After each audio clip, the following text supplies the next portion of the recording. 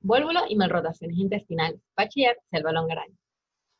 El vólvulo es la torsión del intestino sobre sí mismo, incluyendo el mesenterio, por lo que no solamente podemos esperar la obstrucción intestinal, sino que al estar involucrado el mesenterio, también vamos a observar una disminución de la irrigación sanguínea sobre los segmentos intestinales involucrados, como lo podemos ver en la imagen, lo cual nos va a generar eventualmente isquemia e inclusive puede llegar a generar necrosis de estos segmentos intestinales.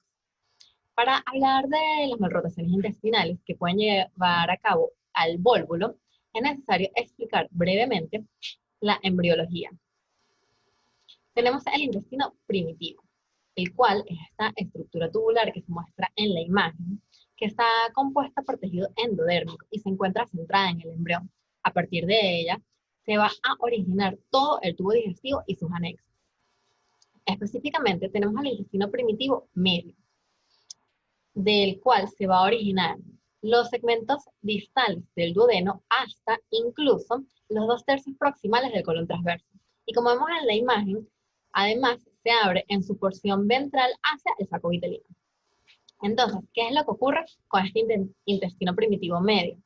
Pues a partir de la 5ª semana de gestación comienza un crecimiento y elongación desproporcionado del intestino primitivo medio, lo cual va a originar 3 procesos. El primero es la herniación del asa primaria del intestino medio. Como podemos ver en esta imagen, vemos esta estructura amarillenta, la cual es el intestino primitivo. Específicamente, esta porción que se está herniando hacia la base del cordón umbilical es el intestino primitivo medio. En su ápice podemos ver el conducto ónfalo-mesentérico. Y como eje está esta estructura roja, la cual es la arteria mesentérica superior. Ella no solamente va a servir de eje hacia las rotaciones que se van a llevar a cabo, sino que además sirve para dividir el intestino primitivo medio en 2 porciones, o en 2 segmentos. Un segmento prearterial, el cual es posterior a la arteria mesentérica superior, y un segmento postarterial, el cual va a ser anterior a la arteria mesentérica superior. ¿Qué estructuras se van a formar a partir de acá? El duodeno. Sus porciones proximales van a estar compuestas tanto por el intestino primitivo anterior como por la porción proximal del segmento prearterial del intestino primitivo medio. Esto se va a ubicar entonces en la línea media del abdomen. Sin embargo, la 3ª y la 4ª porción del duodeno sí va a estar formada por la parte distal del segmento prearterial del intestino primitivo medio. Y sí va a realizar la rotación de 270 grados en sentido levo-giro alrededor del eje, que es la arteria mesentérica superior, quedando entonces en el lado izquierdo del abdomen. Luego se van a formar tellazos intestinales que nos van a generar el yeyuno y la parte proximal del ilion. La parte distal del ilion se va a generar por el segmento postarterial de la arteria mesentérica superior, incluyendo también el ciego, el hemicolon derecho y las 2/3 proximales del colon transverso. Ellos también van a rotar 270 grados en sentido levo-giro. Sin embargo, recordemos que este segmento postarterial era anterior a la arteria mesentérica superior, a diferencia del segmento prearterial, por lo que, a diferencia de la 3ª y la 4ª porción del duodeno que están quedando del lado izquierdo del abdomen, todas las estructuras que les acabo de nombrar que se forman del segmento postarterial van a quedar a la derecha del abdomen, como lo conocemos. Luego viene el siguiente paso, que es la retracción del intestino extracelómico. Esta no es más que simplemente la vuelta al abdomen de todas las estructuras que les acabo de nombrar. Siguiente, ocurre la fijación del intestino a la pared posterior del abdomen. ¿Dónde se fija el intestino a la pared posterior del abdomen? Pues en el ciego, a nivel de la fosa ilíaca derecha, y a nivel del ángulo de Treitz, en la unión duodeno-yeyunal. Como lo conocemos, se forma entonces un mesenterio de oblicuo, de base ancha, que no predispone fácilmente a la formación de vólvulos. Una vez conocida la embriología, entonces podemos adentrarnos en lo que son las malrotaciones, que no es más que la detención de la rotación o de la fijación en cualquiera de los puntos que les acabo de explicar. De forma que la base del mesenterio no se va a fijar y no va a ser ancha, por lo que el intestino medio puede sufrir de vólvulos. La incidencia es realmente escasa, aproximadamente 1 por cada 5.000 recién nacidos vivos. Tiene mayor frecuencia en los varones que en las hembras. y suele diagnosticarse durante el primer año de vida. Y durante el primer año de vida es más frecuente el diagnóstico durante el primer mes. Como consecuencias, ¿toda malrotación intestinal sufre de consecuencias? No. Realmente la mayoría de las malrotaciones intestinales son asintomáticas. Sin embargo, cuando presenta consecuencias, la primera causante es el vólvulo, ya explicado. La segunda serían la formación de bandas de LAT.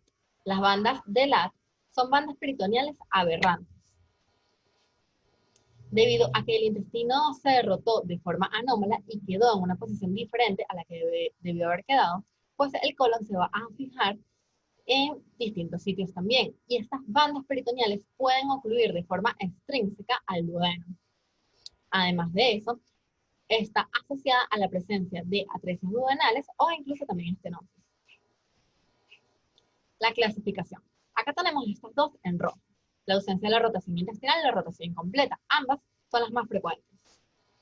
Cuando hablamos de ausencia de rotación intestinal, no es más que simplemente la ausencia de la rotación, o que si se llega a producir la rotación intestinal, esta no sobrepasa los 90 grados. Mientras que en la rotación incompleta siempre ocurre la rotación. Sin embargo, se detiene alrededor de los 180 grados. En ambas, los intestinos van a quedar en posiciones anómalas. Y como consecuencia, las dos nos pueden originar tanto la formación de vólvulo como la compresión extrínseca del duodeno por parte de las bandas de LAT. Ahora, en un porcentaje mucho menor, tenemos otras anormalidades, como la que muestra esta imagen, que es una malrotación inversa del intestino. En este caso, sí ocurre la rotación de 270 grados alrededor de la arteria mesentérica superior.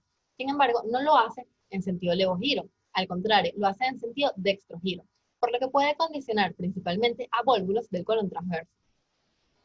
Otra anormalidad, también muy poco frecuente, es la presencia de hernias paraduodenales mesocólicas, las cuales se forman simplemente por fijaciones anómalas por parte del hemicolon derecho o el hemicolon izquierdo, o inclusive ambos, en donde van a generar espacios en los cuales puede quedar atrapado o encarcelado segmentos intestinales.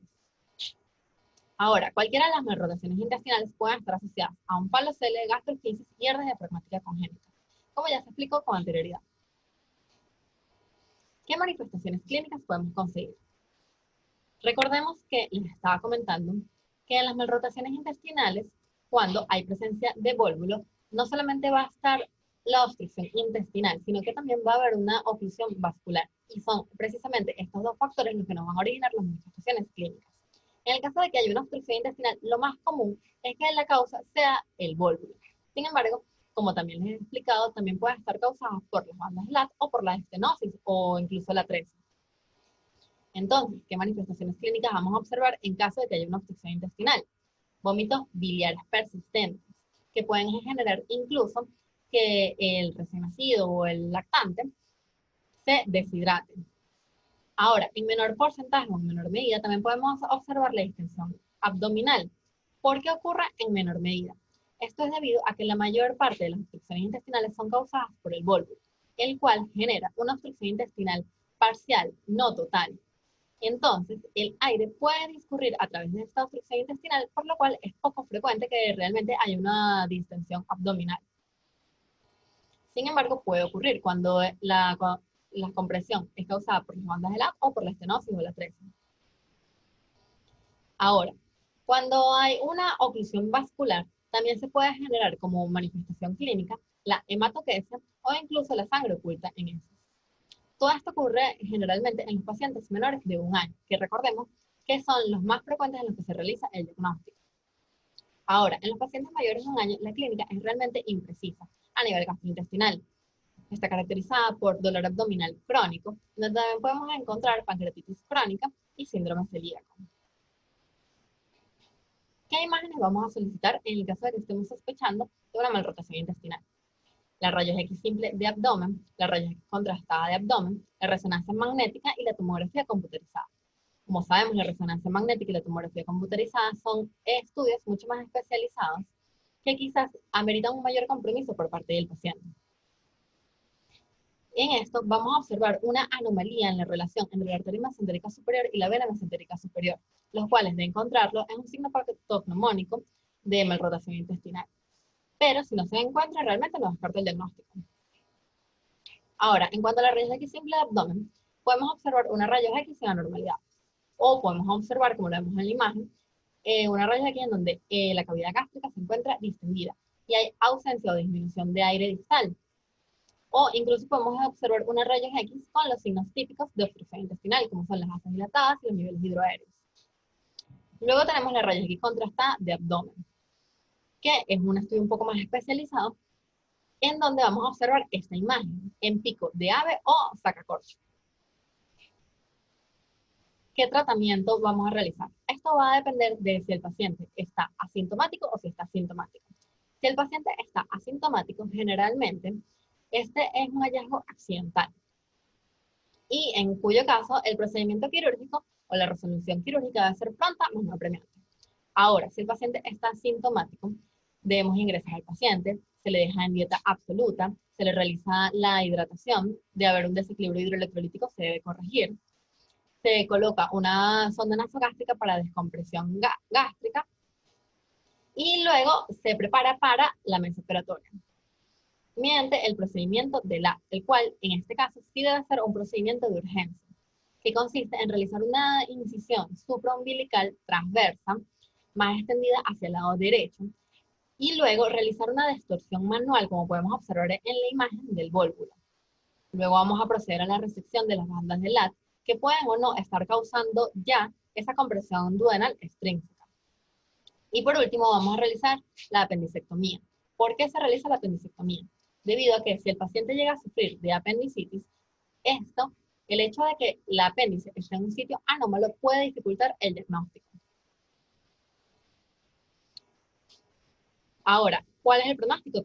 Como lo podemos ver y nos muestra este paciente, el pronóstico es realmente bueno.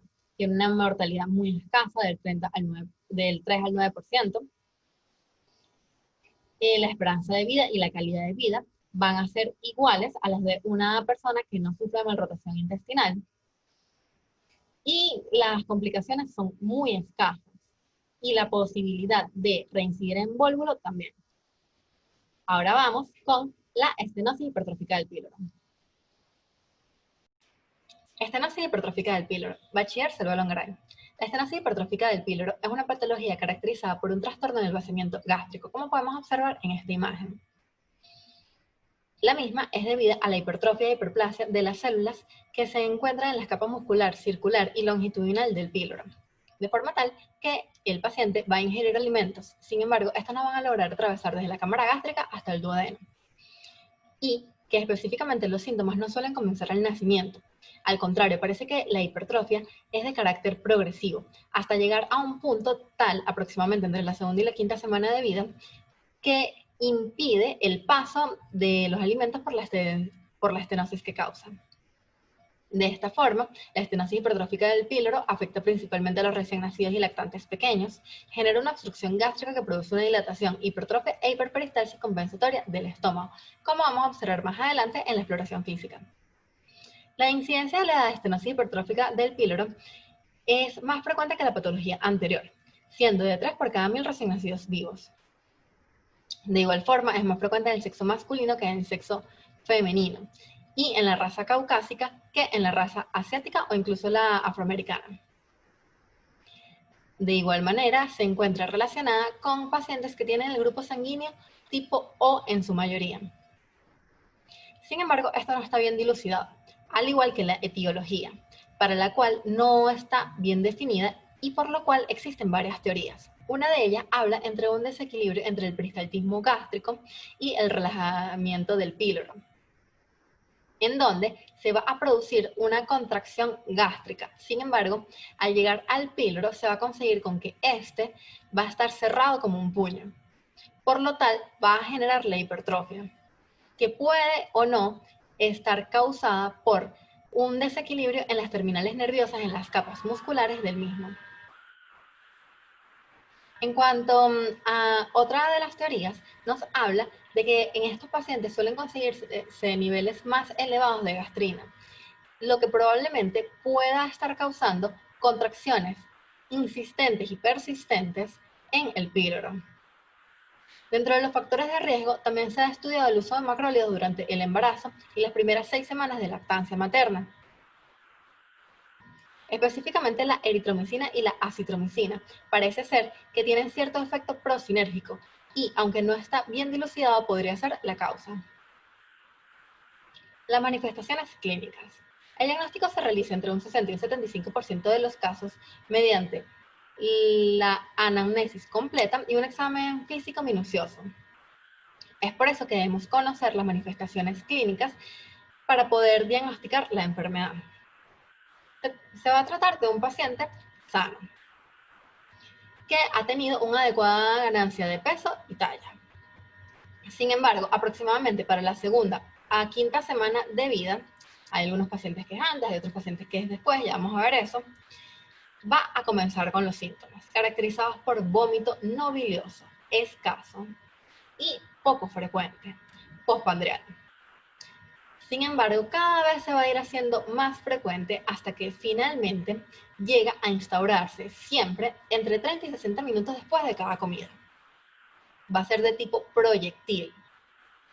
Y si permanece en el tiempo, entonces vamos a tener un paciente que está ingiriendo comida, pero que no la está asimilando. Por lo tanto, siempre va a estar hambriento y se va a caracterizar por ser irritable y con llanto continuo.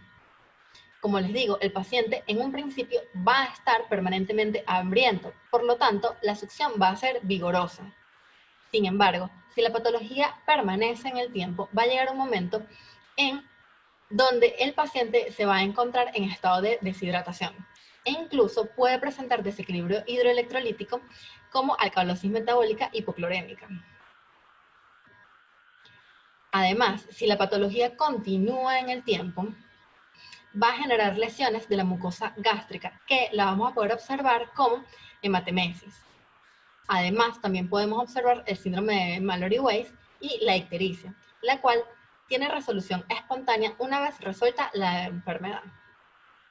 En cambio, en los recién nacidos pretérminos, la patología cambia o las manifestaciones clínicas cambian, siendo con un inicio más avanzado. Recordemos que les estaba comentando que la hipertrofia es progresiva, de forma tal que en ellos no se va a ver entre la segunda y la quinta semana, probablemente se vea después de pasado el primer mes de nacimiento. Los vómitos también van a ser de carácter no biliar, sin embargo, probablemente no sean tipo proyectil, y es poco frecuente el desequilibrio hidroelectrolítico.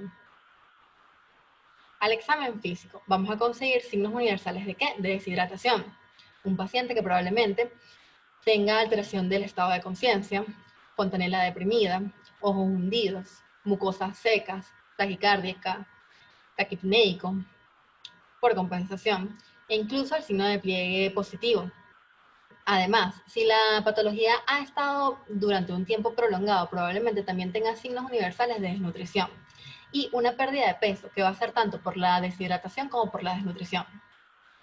Luego, como hallazgos del examen físico un poco menos frecuentes, tenemos la onda peristáltica y la oliva pilórica.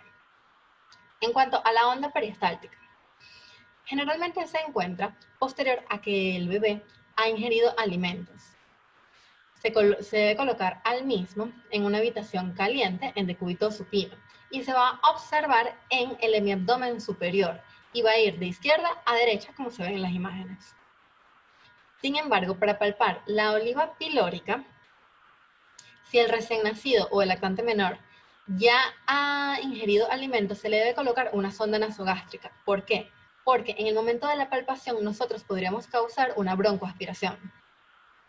¿Cómo se va a palpar la misma? Se debe ubicar el borde hepático y se va a realizar una palpación de media a profunda en sentido caudal hasta sentir la masa, la cual se debe mover en las 4 direcciones. Si no es móvil, entonces probablemente no estemos frente a una estenosis hipertrófica del píloro, sino ante una masa retroperitoneal. Estos signos son patognomónicos de la enfermedad, sin embargo, el no hallarlos no nos descarta la misma. Como les comenté, el diagnóstico en la mayoría de los casos suele ser únicamente entre la anamnesis y el examen físico, pero si tenemos dudas podemos irnos con el gold estándar a nivel de imágenes, en el cual tenemos el ecosonograma abdominal, con sensibilidad del 100% y especificidad del 98%. Vamos a conseguir un grosor del músculo pilórico mayor a 3 milímetros y un diámetro pilórico mayor a 14 milímetros. Si no contamos con un ecosonograma abdominal, entonces podemos mandar al paciente a realizarse una radiografía contrastada de abdomen, donde podemos conseguir el signo del hombro y el signo de la cuerda. El signo del hombro está causado por la hipertrofia muscular, mientras que el signo de la cuerda, lo que observamos es esa delgada línea de estenosis, por la estenosis, que nos estaría indicando la luz en el píloro. Si tampoco contamos con una radiografía contrastada, podemos solicitar una radiografía simple de abdomen. Sin embargo, debemos tomar en cuenta que esta tiene una sensibilidad realmente baja. ¿Qué hallazgos podemos conseguir? Distensión gástrica, diámetro gástrico máximo mayor o igual a 70 milímetros, interrupción o hendiduras en la sombra de aire gástrico que refleja en peristalsis, apariencia montada o espumosa en antro gástrico, y aire distal en colon e intestino delgado disminuido. Para poder hacer el diagnóstico de la estenosis hipertrófica del píloro a través de la radiografía simple de abdomen deben estar presentes estos 5 criterios, y aún así podríamos confundirlo con la hipotonía gástrica o con el piloroespasmo. En cuanto a los laboratorios, como les comenté anteriormente, estos pacientes suelen hacer un desequilibrio hidroelectrolítico, por lo cual debemos solicitar los electrolitos séricos. En los diagnósticos diferenciales tenemos todas las patologías que causan vómitos en los recién nacidos, como el reflujo gastroesofágico, la intolerancia a la lactosa, la gastroenteritis viral, la infección del tracto urinario y la estenosis duodenal. Muy importante es que la estenosis duodenal suele causar los síntomas desde el momento del nacimiento, y la gastroenteritis viral y la infección del tracto urinario, por otra parte, suelen estar acompañadas de fiebre, mientras que la invaginación intestinal, la atresia intestinal y la obstrucción intestinal suelen ser de carácter bilioso, el vómito, a diferencia de nuestra patología. Ahora, una vez realizado el diagnóstico, ¿qué es lo que vamos a hacer? Vamos a admitir al paciente, lo vamos a dejar en dieta absoluta, le vamos a colocar hidratación, probablemente el paciente esté deshidratado, como se los expliqué anteriormente. Se va a realizar la corrección del desequilibrio hidroelectrolítico. Esto es muy importante. Incluso, hasta que no se haya realizado esta corrección, no se puede proceder al tratamiento quirúrgico, debido a que la alcalosis metabólica hipoclorémica puede generar apnea respiratoria en el momento de la inducción de la anestesia y con ello conllevar a la muerte del paciente. Se debe colocar al paciente en la posición de semi-Fowler, y en cuanto a la sonda nasogástrica realmente está un poco controvertida, ya que algunos autores consideran que sí se debe colocar para liberar la presión intraabdominal, mientras que otros consideran que esto puede agravar la patología e incluso el desequilibrio hidroelectrolítico que podría causarnos la apnea. Por último, vamos a realizar la resolución quirúrgica mediante la pilorotomía, en donde vamos a realizar donde el cirujano o pediatra va a realizar una incisión longitudinal en lo que es la serosa y la muscular del píloro, sin tocar la mucosa. Luego se va a proceder a afrontar únicamente la serosa. El pronóstico de este procedimiento es realmente bueno. Sin embargo, puede estar complicado con infecciones y con incluso una estenosis de este canal. Esto fue todo. Muchísimas gracias.